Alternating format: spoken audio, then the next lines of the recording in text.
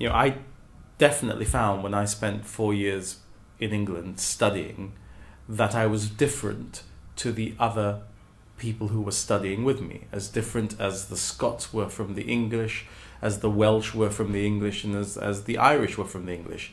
I felt myself being from a distinct Britishness, a Gibraltarian Britishness, something smaller than Wales, Scotland, Ireland or England, but still very much as representative of what modern Britishness can be.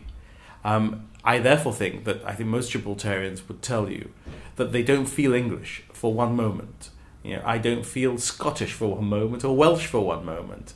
I certainly don't feel Irish, although there's perhaps stronger links between Gibraltar and Ireland than there have been with mainland UK because of the Christian Brothers movement and the Loreto nuns educating so many young people in Gibraltar. And so sometimes older Gibraltarians have a slight Irish accent that might come either from that education or from being evacuated in Northern Ireland like my own mother was during the Second World War. But I feel distinctly British. I'm an Anglophile, like just about every Briton is, although I live in what otherwise might be termed to be the area to the south of Spain. So this for me is part of the United Kingdom in the sun, although the legal definition of United Kingdom doesn't allow for Gibraltar to be included within that definition of what is the UK with its Channel Islands. We feel very, very British, although we don't for one moment feel English, Scottish, Welsh or Irish.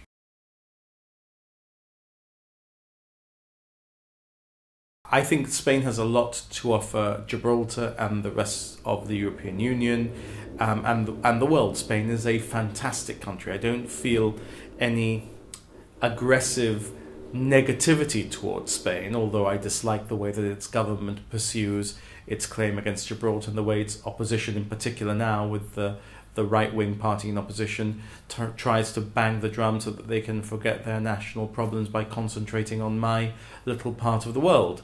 But Spain's a great place. It's a great place to eat. It's a great place to enjoy summer. I have a lot of Spanish friends and I enjoy going out with them. Drinking and eating in Spain is an experience in itself. It's a socializing in itself. And Spain is a fantastic place. For one moment think, please do not for one moment think that Gibraltarians hate Spain or hate Spaniards. We get on very well with Spaniards, possibly sometimes even better than we get on with Brits, depending on the Brit and depending on the Spaniard. But it's a great place to live and it's a great place to have friends. There are warm people, especially in this part of the world, and they really could teach their politicians a thing or two.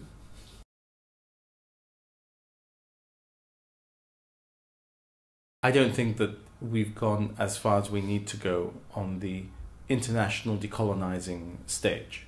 I think Gibraltar still needs to take the active steps necessary to persuade the UN to remove us from the list of colonies that the Committee of 24, in fact now I think the Committee of 28 on decolonization, established under the UN resolutions on decolonization, maintains. And I think until we are off that list, we cannot say that we have actually achieved much in the process of decolonization.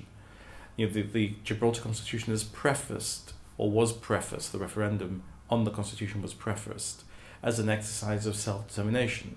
But it wasn't an exercise of self-determination as is strictly required by the United Nations under the UN's own resolutions in order to put to the people of a territory all the options in decolonization. I see the Constitution as being part of what the fourth option under the UN resolutions entail. So it could fit into these options, but I don't see it as having been put to the people in the appropriate way. And it may be that the only thing that we need to do is rerun the referendum and actively pursue decolonization with the United Nations. Whilst we're on that list, Spain gets the opportunity of turning up and addressing the committee about the issue of my territory. I mean, what's going on? Why should the UN be listening to a third party about the future of my territory? It's only because we're on that list that Spain gets the opportunity to do so.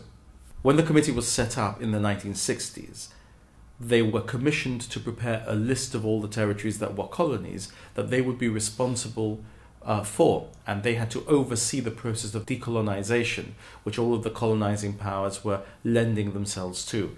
The United Kingdom put up a list, which it sent to the UN officially, of all of its territories, of all of its colonies subject to decolonization.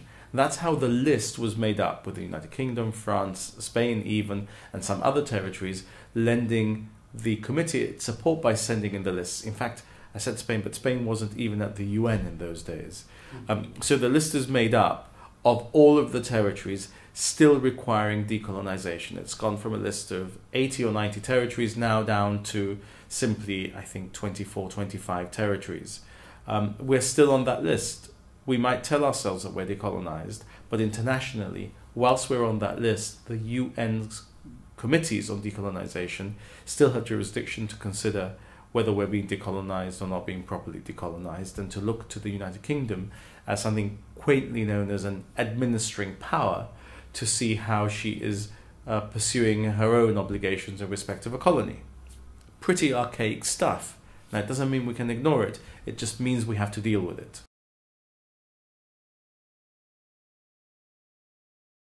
The Spanish enclaves in the north of Africa, Ceuta Melilla, are juridically very similar to Gibraltar. They're not identical because, of course, the manner in which they come into Spain's hands is different to the way in which Gibraltar became British, and the Treaty of Utrecht, which deals with the perpetuity of the transfer of title from Spain to the UK.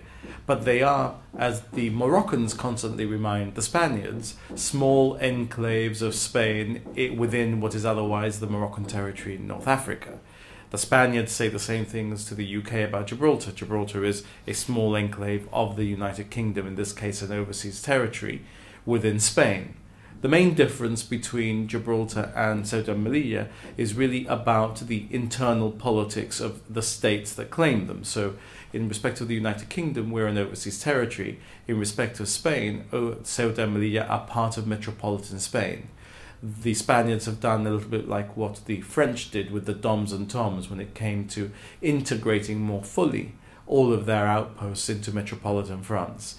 But apart from that, once you've got over those hurdles, Spain's arguments in respect of Ceuta and Melilla are very similar to the arguments that we ourselves put to Spain about Gibraltar. They are not part of Morocco, says Spain. We say we are not part of Spain. Territorial integrity is not the answer to the age-old problem of Ceuta and Melilla, say the Spaniards to the Moroccans. Territorial integrity is not the answer to Gibraltar's problem with Spain, say the Gibraltarians to the Spaniards. So you can see that the Moroccans really simply allow the Spaniards to put the arguments that they would put in respect to Ceuta and Melilla to us about Gibraltar, and to see what we reply. They've just got to sit idly by and watch this play out.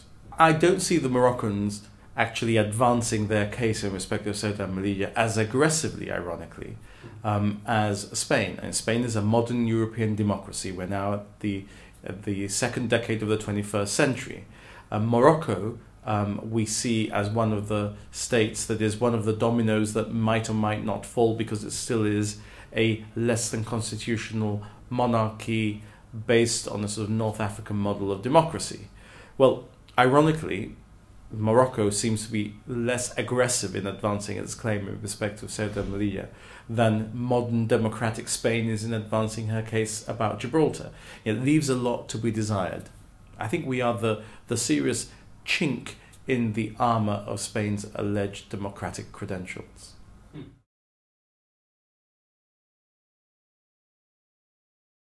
Let's be clear, I don't think Spain stands a snowball's chance in hell of ever getting a grain of sand of Gibraltar's sovereignty. And in modern politics, we shouldn't be talking about going back 300 years to re-establish states as they were then. We should be talking about working together for the future of mankind and the future of humanity in the best possible way, in the context of Western Europe, in the European Union, working together for a future that is going to make the lives of people in the whole of the European Union the best possible. That means ignoring the arguments that relate to going back to where frontiers were 300 years ago. But having said that, I think that Spain is wasting her time and wasting her breath on the Gibraltar problem, and I don't see her advancing her case in respect of Ceuta Melilla. And I defend the rights of Ceuta Melilla to stay Spanish as much as I defend the right of Gibraltar to stay British. I don't think she's advancing her case in any way.